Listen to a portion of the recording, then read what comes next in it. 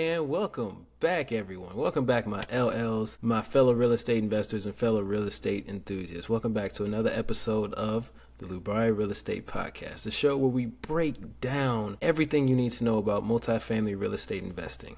I'm your host, Jason Lubari Olds, and today we're diving into an essential topic that separates the professionals from the amateurs: investor calls.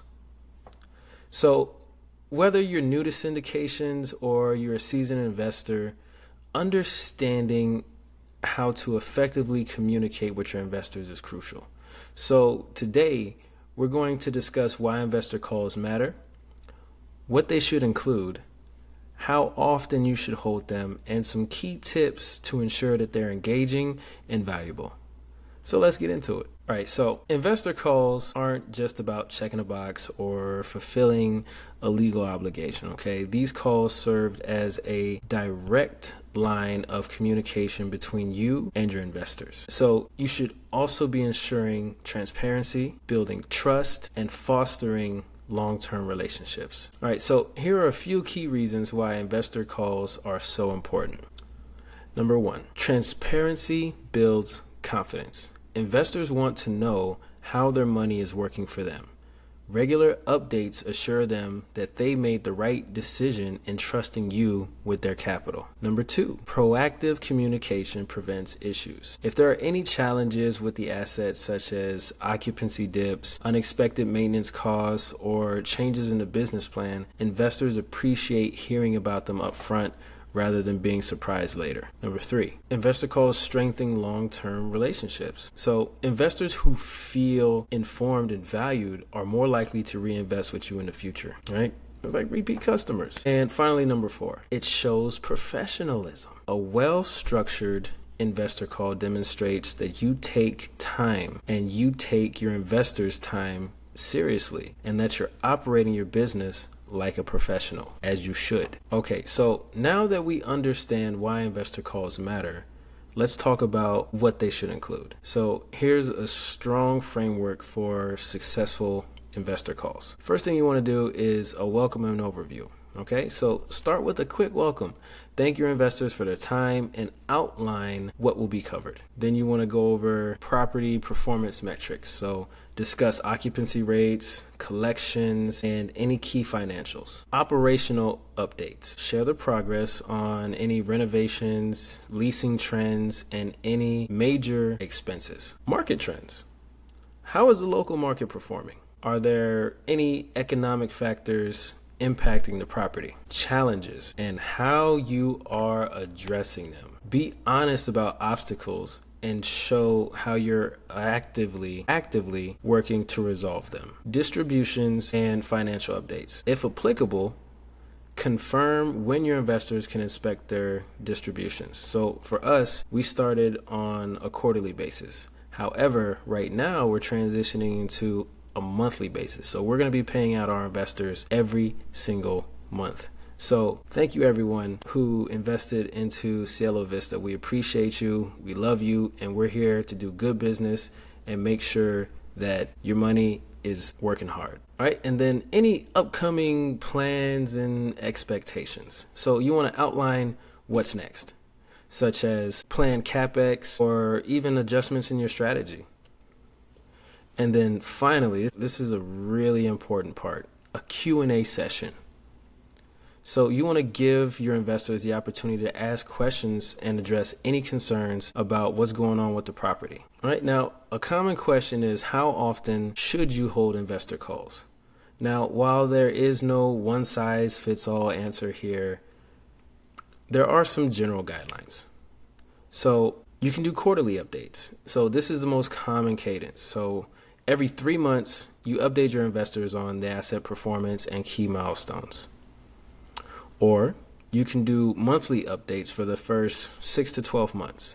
So if the property is newly acquired, monthly calls can help ease any investor concerns as the business plan gets underway. So everything flows nice and smoothly while you guys are you as a GP or a GP team are doing all the hard work to get everything set. And then that way you have something to go back to your investors with and say, hey, this is what we've been doing for the last 6 to 12 months, while also giving them updates. This is why it's also important to have a newsletter as well, and make sure that that newsletter is monthly and be consistent with it. And then also annual reports and webinars. So at the end of each year, it's a good idea to provide a comprehensive overview on how the asset's performance has been going, the market, and also the future outlook. What's the future going to look like? So regardless of the frequency, consistency is key and always will be. Investors should know when to expect these calls and feel confident that you will always keep them informed. All right, now let's wrap this one up with some pro tips to make sure that your investor calls are as effective as possible. So you always want to be prepared, always.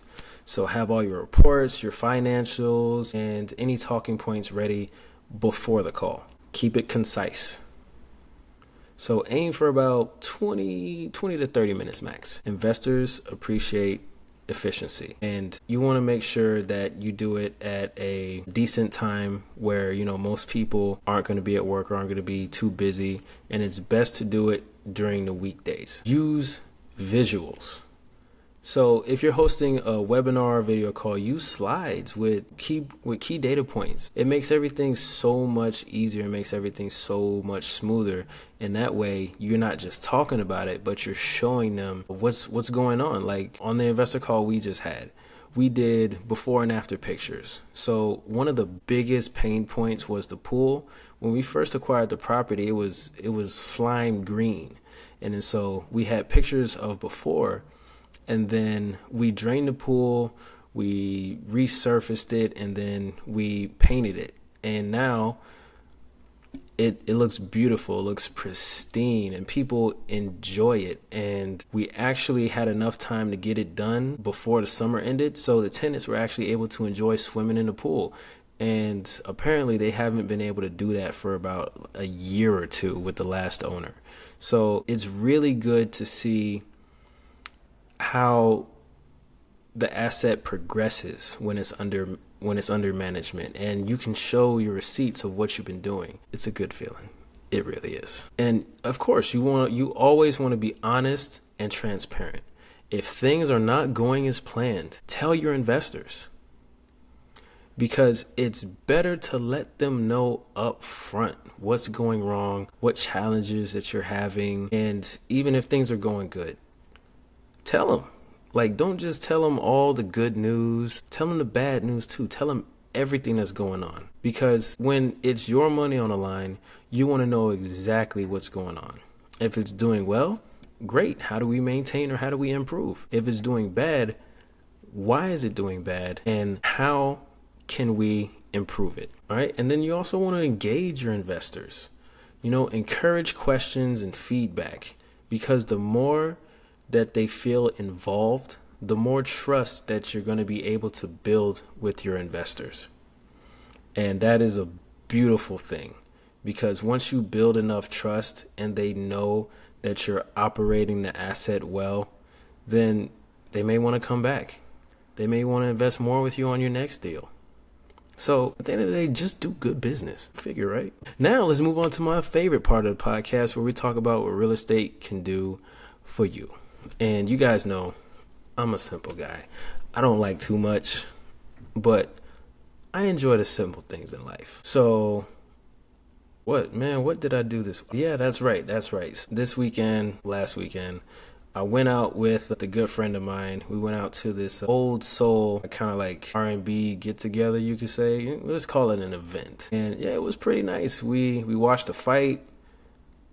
The fight was good. Looking for Davis against Roach number 2. And after that, we had a couple drinks. Well, we had a couple drinks before that too. But, a little whiskey, a little beer. And then we went to see what the music was looking like. It was decent. It was decent. Not what I expected, but it was still a good time. Wish they would have played a little more old school music, but I am an old soul. If y'all didn't know these, I do. I appreciate them. Here's your heart. Oh, by the way, Colors. Bring the world together through colors. Create a conversation. It's my cousin's clothing brand. I always got to rep. But yeah, that's about it for this week. And there you have it. Investor calls are a critical part of keeping your investors informed, engaged, and confident in your leadership. So if you found this episode valuable, make sure to subscribe, hit the like button, and leave a review and share it with someone who needs to hear it. And if you're an investor looking for a team that values transparency and communication, reach out to us at Lubari Real Estate and we'd love to connect. And until next time, keep investing wisely and keep those investor calls strong. I love you all and be blessed.